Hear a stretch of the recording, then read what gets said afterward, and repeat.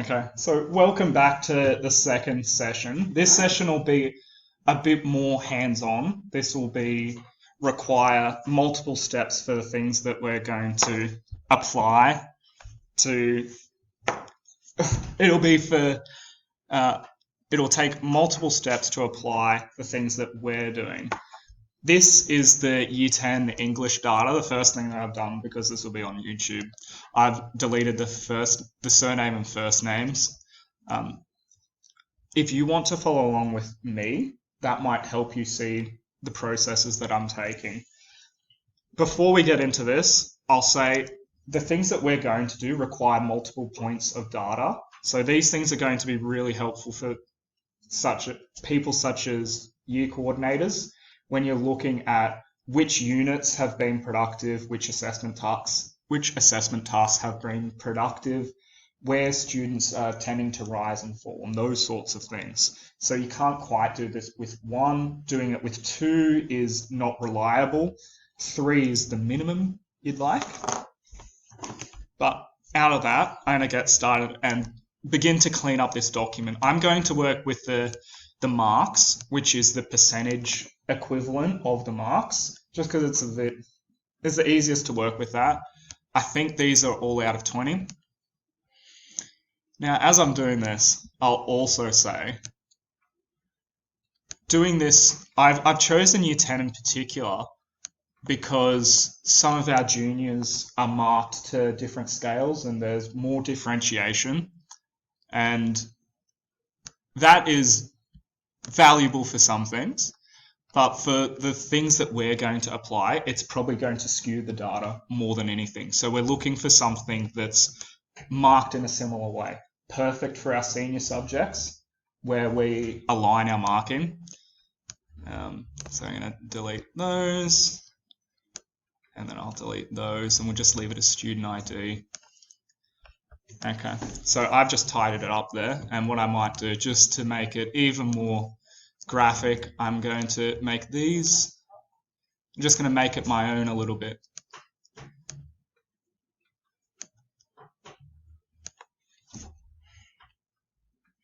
Cool, so those are our 3 assessment tasks that we're going to be looking at. Now, you're really forgetting about the student IDs there. This is more of a celebration of the functions that we learned in that last,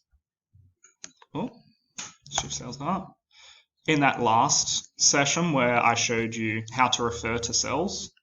I'm going to also tidy this up because these students have no data.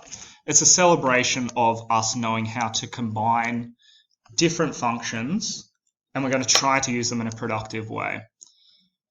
The first thing I want to show you is comparing the, let's say, the difference between assessment scores, but what we're really looking at there is growth between certain assessment tasks.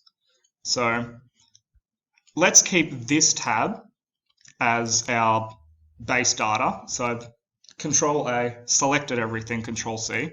I'm going to make a new sheet and paste the same data in, but this will just be, let's say 10 growth between.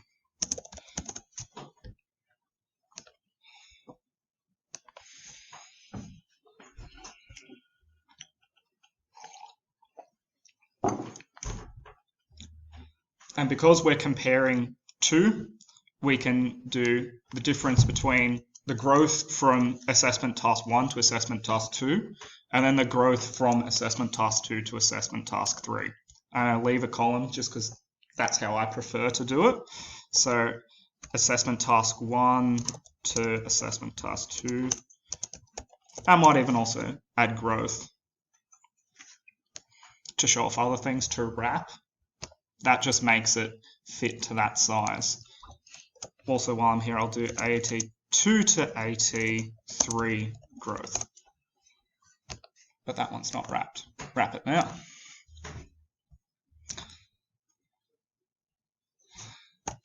So depending on the order you do this, it's going to give you a negative or a positive depending on what side they're growing. What side you have as the base level and what side you have as the new level. So I want it to tell me there's a positive if they have a higher mark in AT2. Okay, so that is,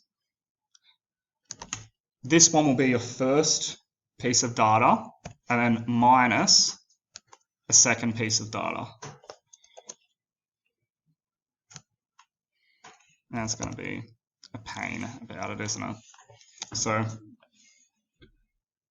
anyone get the error? No. Yeah, we all did it. Yep, got it. Yeah. Did yours work as well? Perfect. And then we're going to be absolutely cruisy. And we're just going to drag it down. Done. Now this is new data, but I don't want to strain my eyes trying to look at it yet. I'm going to wait until we just do a conditional formatting before I really pay much attention to it. Right now it's numbers, and while we're doing our what are they called? Formulae, our functions, we can drag it just out of chance. We're moving both cells across, both the referred cells across one. So we can, I hate that it's doing that. So you can just drag across. Let me see if I can do this. Nope. No, it's not going to let me do that. You can, while you have all of this highlighted,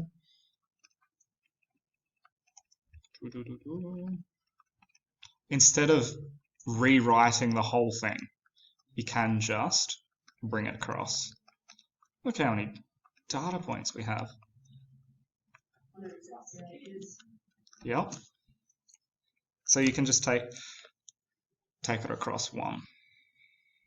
So immediately, like this guy, this person, student 4.1, etc., they are on a downward spiral. They are not having a nice time there. We're there, and let's look at our conditional formatting. Let's have green for a high number, red for a low number. I could do blue for a high number, still red for a low number. What I might do, just for the sake of showing you extra things that Excel can do, I want to also set, it's going to automatically set it to the midpoint, so the average of growth, but instead I want to just make a 0, I want to make that white, because, you know, there's been no growth. Let's have, I don't know,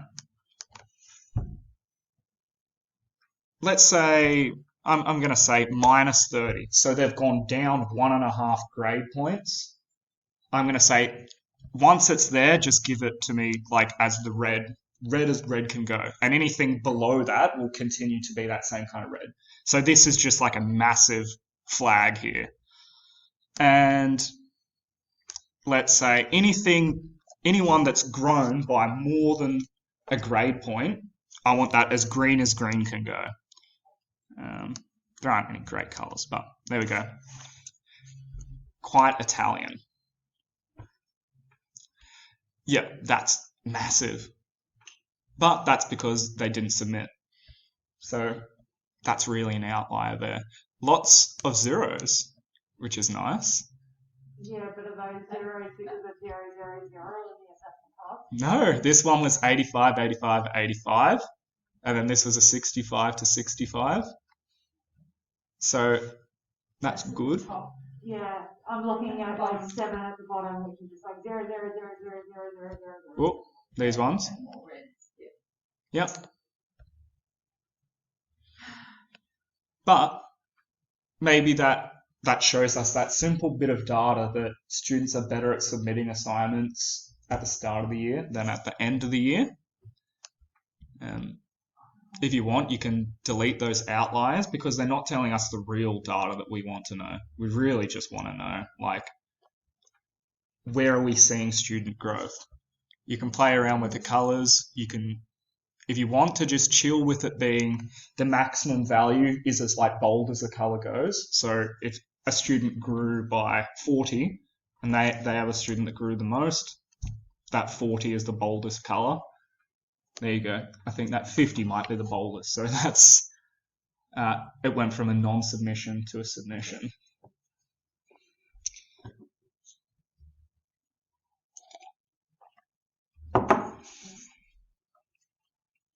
So that, I think that's a really nice way to look. You can extrapolate lots of different things there.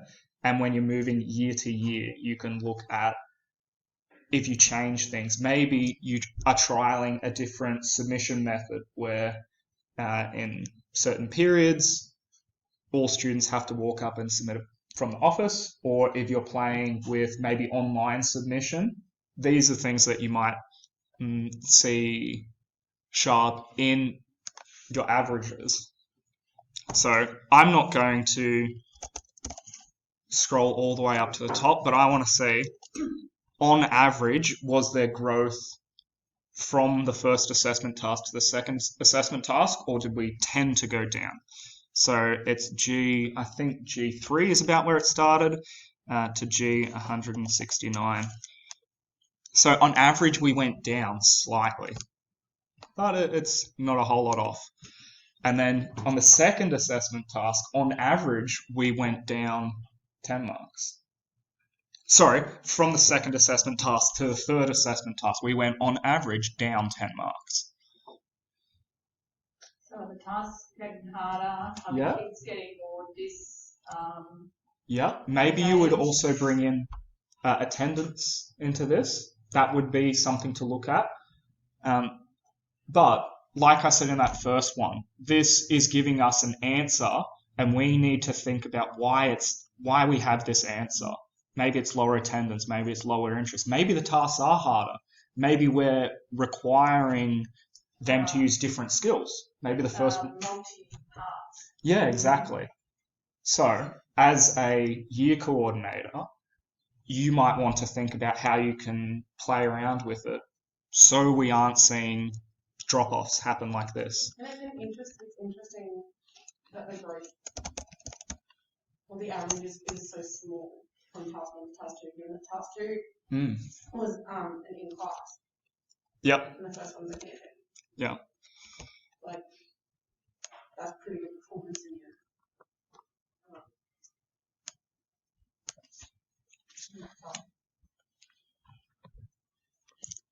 here.